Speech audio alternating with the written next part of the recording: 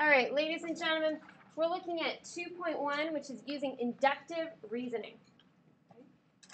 Inductive reasoning is when you find a pattern in specific cases and write a conjecture for the general case. A conjecture is an unproven statement that is based on observation. To show that a conjecture is true, you must show that it's true for all cases. You can show that a conjecture is false, however, by simply finding one counterexample. A counterexample is a specific case for which the conjecture is false. Okay, so we know that we're going to make a conjecture. That's like a hypothesis that we have reason to believe is true. Okay, this is inductive reasoning. And a counterexample is using one example to prove that your conjecture is completely false. So we're going to look at this first one. We're going to describe how to sketch the fourth figure in the pattern and then sketch the fourth figure. Okay, so if we look at the first figure, it looks like half of it's shaded in. The second one, it looks like a fourth is shaded in. The third one looks like a sixth is shaded in. So it looks like we've got one line, and then we have two lines, and then we have three lines. So the next one, what do you think it's going to look like? I'm going to have four lines. I'm going to have 1, 2, 3, 4, and just one of them is going to be shaded, right? Okay. Does that make sense? Okay. All right, we're going to make a conjecture next. Sometimes, guys, computers are more difficult than they're worth.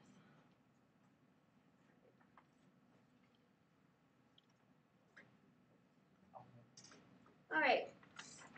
Given 5 collinear points, make a conjecture about the number of ways to connect different pairs of points. Okay, so first let's make 5 points. 1, 2, 3, 4, 5.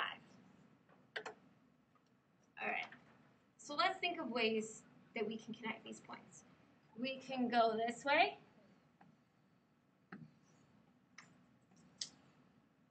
Okay, so how many connections do we have so far? 1, 2, 3, 4. Okay. And then we can do, this one can go to here. So that's plus 3 more. And then we can make the third one connect to the fourth one and the fifth one, so that's plus 2 more. Do you guys see what I'm doing, kind of? Yeah. And then we can make, I'm just moving down from each point and making sure it's connected to all the other ones. So do you think that's it? I've got the first one's connected to all the next ones. Then the second one's connected to all of them.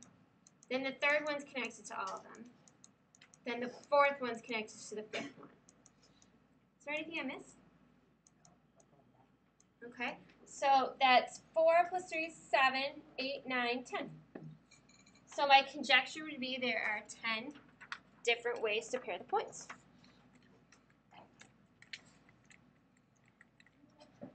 Okay, the next one we're going to do is, so do you guys start to understand what a conjecture is? So you logically try to figure out your best guess. Okay, now we're going to look at a counterexample. And a counterexample is going to prove the conjecture wrong. So a student makes the following conjecture about the sum of 2 numbers. Find a counterexample to disprove the student's conjecture. But we don't have the conjecture. Hold on one second. Oh, here it is. The sum of 2 numbers is always greater than the larger. So let's write this down. The sum of 2 numbers is always greater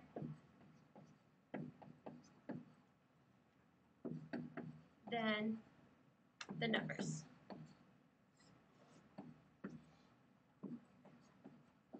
So we need one example to prove this wrong.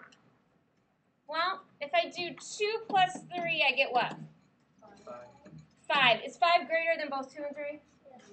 Yeah.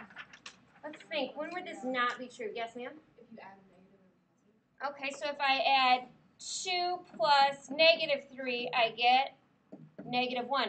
Negative 1 is definitely bigger than negative 3, But is it bigger than 2? No. So right, 0 plus 0, it's definitely not greater, it's the same. 2 plus negative 3 equals negative 1. Negative 1 is not bigger than 2. These are both counterexamples. Okay, so we know conjecture is a guess based on logic that we have proven through some sort of logical thought process. A counterexample is when we prove something is wrong by one example. Do you guys think you can do the homework? Let's look at it real quick just to make sure. Number 2, you're going to have to do some writing. 4, and it looks like it's just a pattern, and you've got to be able to figure it out. 6, 8, and 10 are just patterns. 12 is a pattern. Okay. 14, you're going to find 14 and 16 and 18. You're going to find counterexamples. 20 and 22, you're going to find a rule because of it. 24 is you're going to describe a pattern in the numbers and write the numbers in a pattern given, and then graph the pattern on a number line. So it's basically just patterns to prove it, or if somebody makes a conjecture, just prove it. Thank you, Josh, for letting me use your book. All right, ladies and gentlemen, you should get out your what? Handy.